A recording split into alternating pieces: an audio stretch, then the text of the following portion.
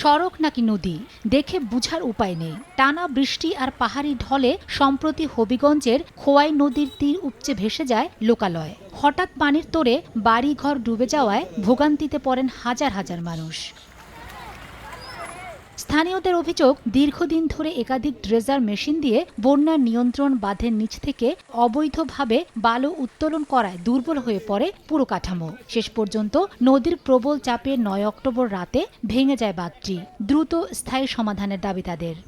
যারা বালু নিচে তারার কারণে এই ক্ষতিটা আমরা আসছে হয়েছে। এই বালুকেগুদেরকে উচ্ছেদ করতে হবে। যারা এসব কাজে জড়িত আমি তাদের মানে সবার পক্ষ থেকে আমি তাদেরকে তাদের শাস্তি আমি দাবি করতেছি। এদিকে জামালপুরে সামান্য বৃষ্টিতেই সড়ক ও বাড়িঘর পানিতে তলিয়ে যায়। এমনকি পৌরসভার অনেক এলাকা ৬ মাসই থাকে পানির নিচে।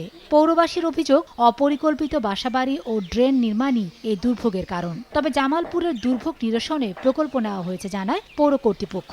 পানি জমার কারণে আমরা এখানে রাস্তাঘাট দিয়ে চলাফেরা করতে পারতাছি না। প্রথমত এখানে হাঁটা যায় না, শামুকের জন্য প্রচুর পরিমাণে পানি উঠে গেছে, পানিবাহিত রোগ হচ্ছে।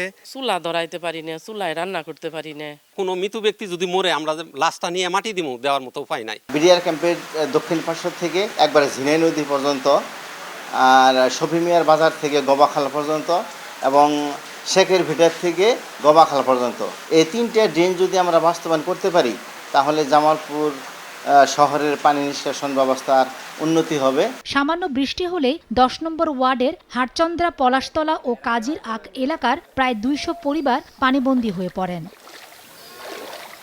ফাতেমা শিলু, সময় সংবাদ।